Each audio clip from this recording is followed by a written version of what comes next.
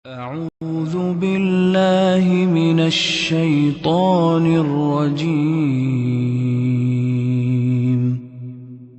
بسم الله الرحمن الرحيم. Anak muda perlu segera dinikahkan. Ibu-ibu gini, punya anak. Biasanya anak-anak itu berbeda-beda karakternya. Kalau ada anak-anak yang kita lihat kebutuhan kepada lawan jenisnya besar, kelihatan. Kalau perempuan mungkin lebih genit, mungkin kalau laki-laki seperti apalah ya bahasanya. Pokoknya kita lihat anak ini agak berbeda. Kita sudah coba didik agama segala, tapi kayaknya dia terlalu lincah, cenderung kepada lawan jenis ini besar. Nikahkan segera. Oh, belum aja ijazahnya Ustaz, mau diapain ijazah itu? Mau dipaksain ada ijazah sementara nanti dia bergaul bebas? Salah pemahaman itu. Nggak boleh. Kecuali dia bisa ngontrol diri. Kita berhasil membentuk dia pribadi yang tenang, bisa ngontrol, itu lain. Kalau enggak jangan. Karena selama anak belum menikah yang bertanggung jawab siapa? Orang tua. Kita yang nanggung itu. Kalau saya bilang sama istri saya pribadi, anak saya alhamdulillah ada beberapa orang perempuan. Saya bilang anak-anak ini kalau besar, saya yang akan menentukan keputusan karena saya walinya. Sah pernikahan dia atau tidak di tangan saya. Jangan kamu campurin urusan pernikahan. Kamu boleh berikan masukan. Karena banyak kasus, ayahnya gak setuju, ibunya ribut, gak apa-apa, nikah paksa. Apa yang terjadi? Dihapus dari keluarga lah, inilah. Melanggar. Nabi suruh nikah dengan izin wali. Ibu-ibu jangan campurin, ayahnya nggak setuju sudah, terima nak.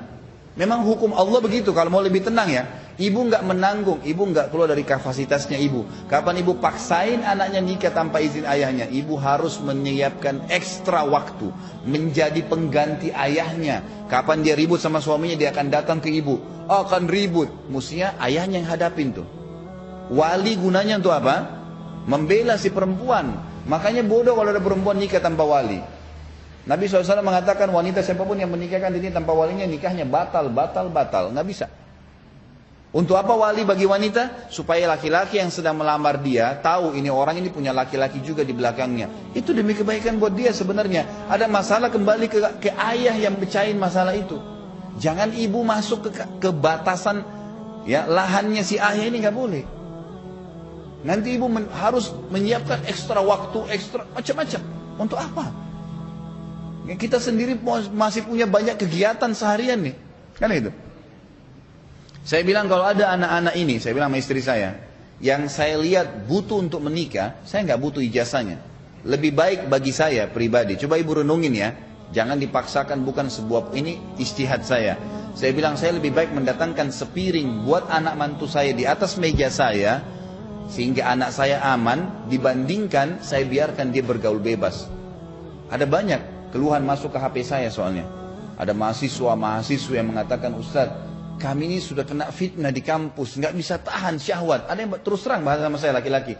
Setiap lihat perempuan saya terganggu, akhirnya saya sering onani. Bahasanya, ini bahasa vulgar dia ya, tapi saya sampaikan agar kita paham. Ternyata ada anak-anak yang tidak bisa lagi membahasakan ke orang tuanya.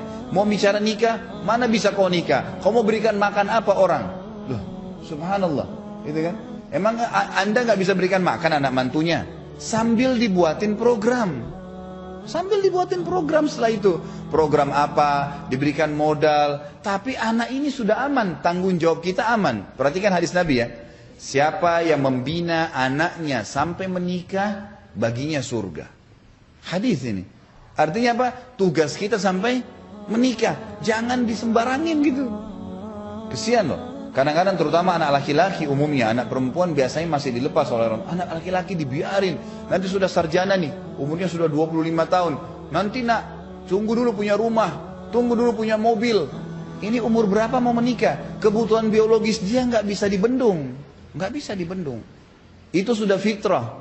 Ini egois nih orang tuanya seperti ini, nggak boleh. Biarin menikah, gitu kan? Nanti sekolahnya nggak selesai, siapa yang bilang? Saya tahu ada teman-teman saya menikah waktu kami masih mahasiswa di Madinah, selesai itu prestasinya bagus, kuliah di Madinah, istrinya dibawa. Bahkan ada yang sampai selesai S1 tuh punya anak di kota Madinah, ada. Tapi nggak ada masalah buat mereka. Cuman hidupnya jauh lebih tentram gitu. Ada banyak kasus tuh saya berikan masukan jemaah saya. Nikahkan anak-anak. Baik Ustaz, belum punya kerjaan. Anda punya pendapatan nggak? Punya. Baik, ini cari anak yang sepadan, yang bisa menikah dengan anak kita, yang bisa bimbing, sepadan sama dia lah, gitu kan? Bisa sefaham, sebahasa. Insya Allah berdoa sama Allah, Allah akan tuntun. Setelah itu kita buatin program. Banyak yang ngikutin ini, akhirnya berhasil. Anak mantunya diikutkan di perusahaannya, kerja daripada orang lain. Baik, kasih gaji orang ini, ajarkan dia. Akhirnya betul-betul berjalan. Dan hampir semuanya berhasil. Tidak ada masalah, gitu kan? Ini kadang-kadang masalah sepele, cuman banyak mengganggu kehidupan orang dalam rumah tangganya, tapi dia tidak paham, kan gitu. Jadi menerlambatkan pernikahan anak-anak yang sudah cenderung dengan lawan jenis, perbuatan yang akan membuat banyak tambahan PR buat kita. Kita harus hati-hati, luar biasa. HP-nya belum yang telepon-teleponan, belum yang nonton film nggak benar, belum ini. Karena dia tidak bisa kontrol itu. Kenapa nggak dinikahkan? Ada subhanallah, orang tua berhasil menikahkan anaknya masih muda. Begitu menikah, anak laki-lakinya dia bilang sama saya, Ustaz, anak laki-laki saya ini dulunya kayak anak-anak. Setelah saya nikahkan, dia merasa punya istri, punya tanggung jawab, langsung jadi dewasa. Berubah total anak laki-laki itu. Tiba-tiba langsung kayak bijaksana, ngomongnya bisa diatur. Ternyata pernikahan merubah hidup dia. Dan itu fakta lapangan ibu-ibu sekalian. Nggak boleh kita membangkang. Kalau ibu membangkang tentang poin ini, keluar dari jalur, akhirnya memaksa anak kita terjerumus seperti umumnya sekarang anak-anak. Iya dia berkedok, iya, tapi di belakang perbuatannya luar biasa. Perbuatannya luar biasa, perbuatan yang salah semua. Mabuk-mabukanlah sama perempuan tidak benar. Ada bahkan karena dibiarkan tidak menikah, kena penyakit, naudzubillah, penyakit AIDS, penyakit ini, penyakit macam-macam. Karena dia tidak bisa kontrol dirinya. Jadi perintah Nabi SAW untuk menikahkan anak muda adalah kata rahasia perbaikan kehidupan sosial. Jenjang masyarakatnya akan baik.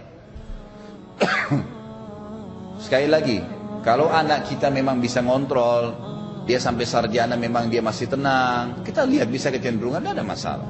Alhamdulillah gitu kan. Saya bicara ini yang sudah nggak bisa dikontrol.